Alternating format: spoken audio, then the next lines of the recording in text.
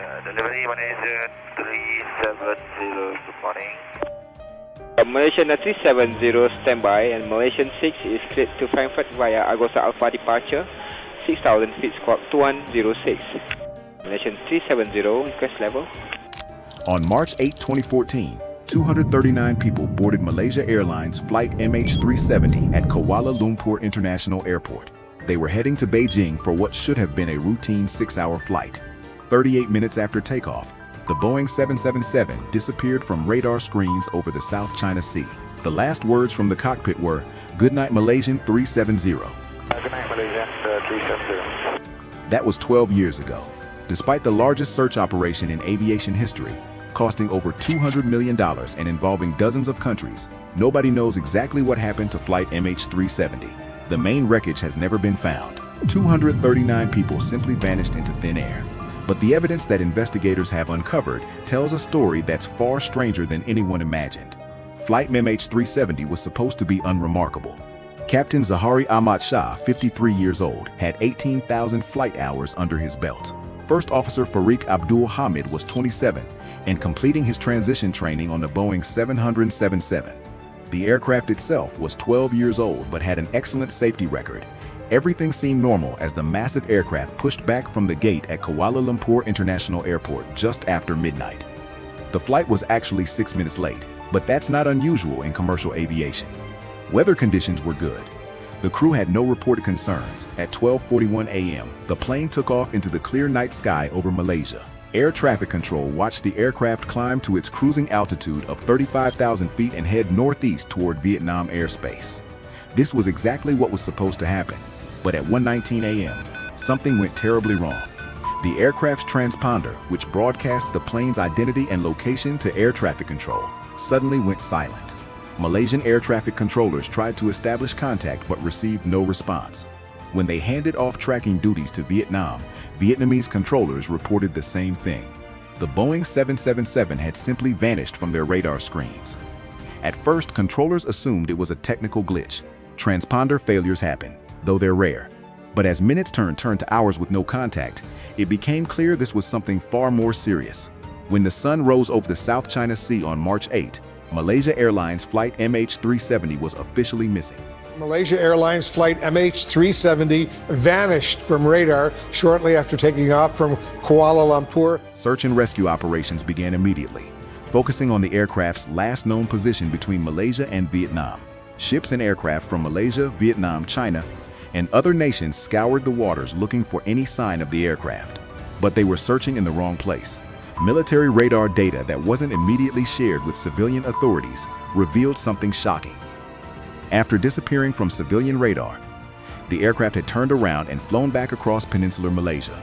It had crossed the country from east to west, flying over major cities before heading northwest into the Andaman Sea. This wasn't a mechanical failure or sudden catastrophe. Someone had deliberately changed course. The revelation that Flight MH370 had turned around transformed the investigation. This was no longer a search and rescue operation for survivors of an accident. This was a criminal investigation into what appeared to be a deliberate act, but by whom and why? Investigators began examining every person on board. The two passengers traveling on stolen Austrian and Italian passports turned out to be Iranian asylum seekers with no connections to terrorism.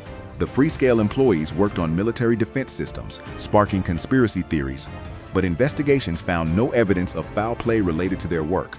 Attention then turned to the flight crew. Captain Zahari Ahmad Shah became a particular focus. Investigators discovered he had a flight simulator at home and had practiced flying routes over the Indian Ocean. Some interpreted this as evidence of premeditation. Others argued it was simply the hobby of an aviation enthusiast. The first officer, Farik Abdul Hamid, had previously allowed unauthorized passengers into the cockpit during flight, violating security protocols. But investigators found no evidence he was involved in the disappearance. As weeks passed without finding the main wreckage, investigators turned to satellite data for answers. A British company called Inmarsat had been automatically exchanging signals with Flight MH370's satellite communication system, even after the transponder went silent. This data created a series of arcs showing possible positions of the aircraft at hourly intervals. The analysis was complex, but it pointed to one conclusion. The Boeing 777 had flown south over the Indian Ocean for hours before running out of fuel and crashing somewhere west of Australia. The plane had been in the air for 7 hours and 31 minutes total. This sparked the largest search operation in aviation history. Australian authorities coordinated an international effort covering 120,000 square kilometers of remote ocean. Underwater vehicles scoured the seabed 2 miles below the surface. The operation cost hundreds of millions of dollars and involved cutting-edge technology. But after 3 years of searching, they found nothing. Then, starting in July 2015, pieces of the aircraft began washing ashore on islands in the western Indian Ocean. A wing section called a flaperon was found on Reunion Island. Additional debris turned up on beaches in Mozambique, Tanzania, and Madagascar. The debris confirmed that Flight MH370 had indeed crashed in the Indian Ocean. But the pieces were small and provided few clues about what had happened in the final moments. The main wreckage, including the fuselage, engines, and critically important flight data recorders, remained missing. 12 years later, numerous theories attempt to explain what happened to Malaysia Airlines Flight MH370. The most widely accepted explanation among aviation experts is pilot suicide. This theory suggests Captain Zahari Ahmad Shah deliberately crashed the aircraft, possibly due to personal or political stress. The deliberate course changes and the timing of the transponder shutdown support this possibility. Investigators also recovered deleted files from a flight simulator in his home. These files showed a practice flight path heading deep into the remote southern Indian Ocean, very similar to the path experts believe the real plane took. However, official reports were careful. They stated that while the paths looked alike, the simulator data did not strictly prove he planned the crash or show exactly where the plane went down. But other theories persist. Some suggest a hijacking by passengers or crew members. Others propose a mechanical failure, like a sudden drop in cabin pressure. In this ghost flight theory, a loss of oxygen quickly knocked out the pilots and everyone else on board. This left the aircraft flying silently on autopilot into the night until the engine simply ran out of fuel. A few conspiracy theories involve government cover-ups or cyber attacks. Though these lack credible evidence, the Malaysian government officially concluded that Flight MH370 was deliberately diverted by someone on board, but stopped short of naming a specific perpetrator. This has left families of the victims without the closure they desperately seek. Today, private companies and independent researchers continue searching for answers. But the central mystery remains unsolved.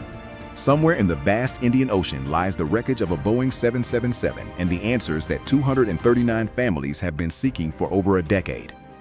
Until that wreckage is found, Flight MH370 will remain one of aviation's greatest unsolved mysteries.